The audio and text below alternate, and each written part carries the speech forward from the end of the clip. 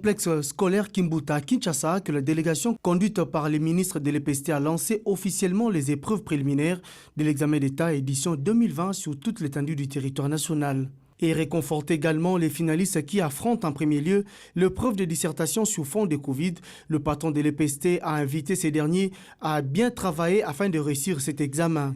En organisant ces préliminaires, après une année perturbée par cette pandémie de coronavirus, c'est donc un pari gagné, a affirmé le ministre Willy Bakonga. Un sentiment d'un pari gagné.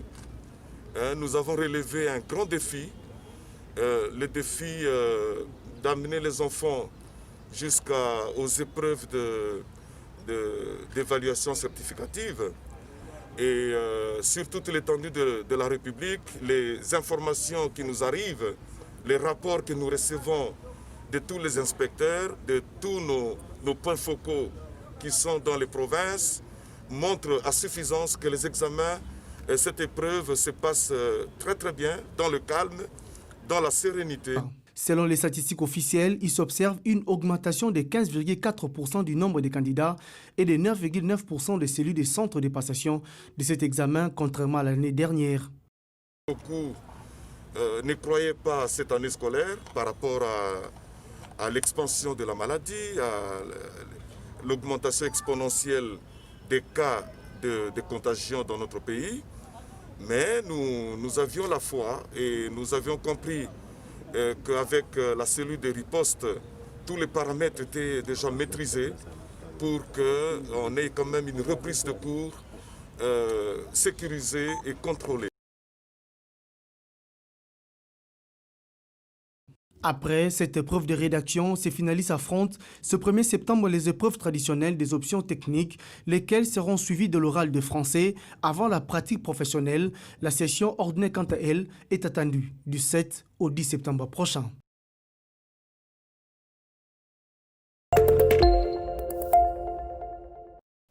C'est au complexe Ewabora que s'est déroulée cette cérémonie de lancement des épreuves nationales. Le directeur provincial de l'éducation a d'abord dans son mot remercié le gouvernement provincial pour son implication dans l'acheminement des malles contenant des questionnaires de l'ex-État. Ensuite, exhorté les impétrants à placer leur confiance en Dieu durant ces épreuves. Nous vous demandons d'être concentrés, déterminés et avoir aussi la foi en Jésus-Christ. Notre souhait, c'est de vous voir réussir brillamment. Le même message a été relayé par le chef de l'exécutif provincial qui a le souci de voir ses élèves réussir avec brio. Restez calme, concentré et respectez le schéma tel que vous l'avez appris par rapport à la dissertation. L'abbé a fait une prière, le prophète a évoqué le nom de Dieu. Je ferai la même chose, que Dieu vous bénisse. Agissant en père soucieux et responsable, Richard Miège veut que ses candidats travaillent sans être inquiétés. Si vous vous sentez étouffé, grâce à la distanciation, vous baissez légèrement pour mieux respirer. Ça va? Parce que ça peut perturber l'esprit. La délégation s'est rendue au complexe scolaire Salvatore avec le même message. Le ministre des tutelles a poursuivi avec la tournée à l'Institut technique Mutoshi et au lycée Umoja pour apporter le soutien aux élèves. Pour l'édition 2019-2020, le taux de participation est de 15 499 comparativement à l'édition précédente qui a connu 13 117 candidats. Je crois que Dieu va accompagner ses enfants parce qu'ils ont souffert. Beaucoup de stress, comme l'a dit le prophète, pendant la période de confinement. Mais ils me disent pour la plupart qu'ils n'ont pas laissé tomber les bras, qu'ils continuent à apprendre. Ce que nous faisons aujourd'hui, nous aurions voulu le faire dans tous les centres, sur toute l'étendue de la province, mais nous sommes limités. J'espère que ça se fera aussi ailleurs. Il faut encourager ces enfants, remonter leur morale, parce que notre souhait est qu'ils aient leur diplôme. Mais notre souhait aussi, ça nous allons le faire au cours d'une conférence de presse après les examens d'État, ils doivent continuer à lire. Il faut avouer que le programme a été quelque peu précipité. J'ai eu l'occasion d'exprimer mes inquiétudes, mais ils sont là. On ne va pas commencer à pleurnicher chaque jour. Ce qu'il faut, c'est comment les aider pour que ces diplômes puissent avoir un contenu. Je crois qu'il est temps qu'au niveau national, on puisse penser à organiser les états généraux de l'éducation. Quel est le programme que nous imposons à nos enfants pour des cours comme les cours d'histoire, les cours de la géographie? Nos finalistes maîtrisent mieux l'histoire de la Révolution française, l'indépendance des États-Unis, les Mérovingiens, les Carolingiens, mais c'est à peine qu'ils savent où se situer le royaume Congo, le royaume Luba, l'empire Lunda. Je crois que nous devons les voir. Là, je me suis limité aux exemples de mon domaine, de mon secteur, mais je sais que dans tous les autres domaines, il y a des efforts à faire pour que nous puissions former des jeunes Congolais prêts pour le développement de leur pays. Des jeunes Congolais patriotes, qui aiment leur pays, qui ont le respect de la dignité humaine et le respect, l'effort pour protéger les biens communs.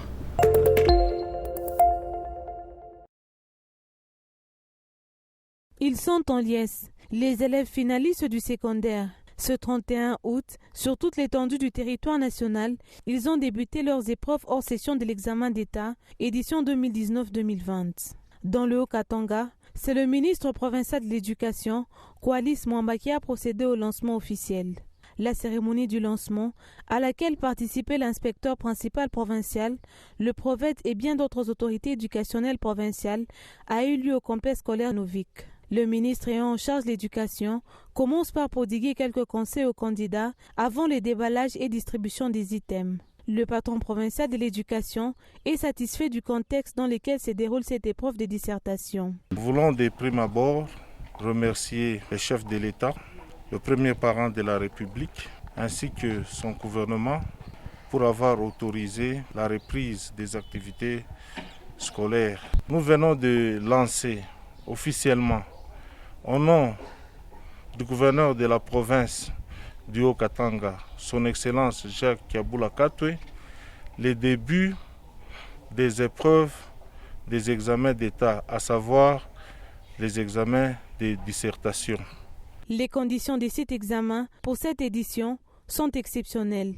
Certains envisageaient même déjà une année blanche. Le ministre Koalis Mwamba est conscient de ces conditions inhabituelles. Il a effectué une ronde dans différents centres pour réconforter les élèves candidats. Signalons que pour la province du Haut-Katanga, 60 000 candidats ont été enregistrés et répartis dans 124 centres d'examen.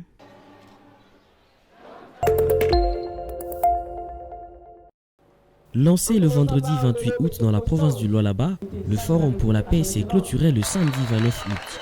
Richard Mouyej, gouverneur de la province du Lualaba, qui a pris part à ces assises, a encouragé la jeunesse à mettre de côté le tribalisme. La tribu est une simple étiquette identitaire. N'en faites pas un mode de vie. Travaillez ensemble. Divisé, on ne réussira jamais. Divisé, on ne bénéficiera jamais de la bénédiction de Dieu. Dieu agit là où il y a l'amour. Dieu ne vient pas là où il y a la haine. Les différents jeunes qui étaient repartis en atelier ont formulé des recommandations sur l'amélioration des conditions de vie des jeunes qui ont présenté aux autorités présents à ce grand rendez-vous des jeunes. Préparer pour les travailleurs qui sont sur site, transporter les travailleurs de leur maison au site. Vous allez bien comprendre que jusqu'aujourd'hui, il y a des entreprises françaises qui viennent cuisiner pour des Congolais travailleurs au Congo. Ça c'est grave. Les activités sont réservées aux sous-traitants congolais. C'est nous qui devons partir travailler comme des sous-traitants. Mais la loi n'est pas du tout respectée. Elle est bafouée. Le ministre national de la jeunesse, Billy Kambale, qui a fait le déplacement depuis la capitale congolaise pour participer à ce forum pour la paix, a donné son mot qui a sanctionné les assises. Nous n'allons jamais faire l'économie des énergies pour vous soutenir et vous appuyer dans tout ce que vous êtes en train d'entreprendre. Ainsi donc, je déclare clos ce forum de haut niveau qui a permis que la jeunesse du Lualaba puisse réfléchir sur la paix et sur les valeurs de l'initiation à la nouvelle citoyenneté et ensemble. Félix Bengamukuna, orateur et co-organisateur de cette manifestation, a martelé sur l'unité des jeunes Lualabais. Ce grand rendez-vous avait comme objectif de réunir les jeunes de toutes tendances afin de leur parler de la paix et de l'unité dans la province du Lualaba, ainsi que d'insuffler un vent nouveau du développement à toute la jeunesse de la République démocratique du Congo.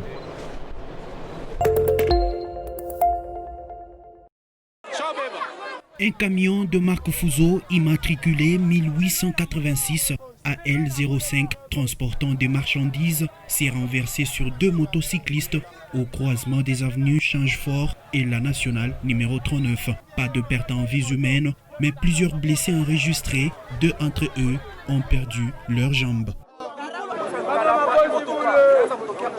Ce camion provenait de la nationale numéro 39 en partance vers Dilolo. À cet endroit, il y avait beaucoup de personnes, y compris les motocyclistes. Mais moi, je crois que c'est suite à l'étroitesse de cette partie en général, il y a beaucoup d'accidents ici. Nous avons eu la chance de sauver à peu près 5 personnes, mais blessées. Si nous n'étions pas sur place, on aurait dû avoir beaucoup de morts ici. L'ivresse au volant et l'excès de vitesse seraient la cause de cet accident. Ces chauffeurs revenaient d'une terrasse, nous lui avons dit de ne pas conduire. Malheureusement, il s'est entêté. Au finish, un accident s'est produit ici. Que l'État libère totalement cette route numéro 39 au niveau de Chamanzaka. Certains blessés ont été acheminés au centre Kizito pour la prise en charge. À en croire le médecin trouvé sur place, leur état de santé est sous contrôle.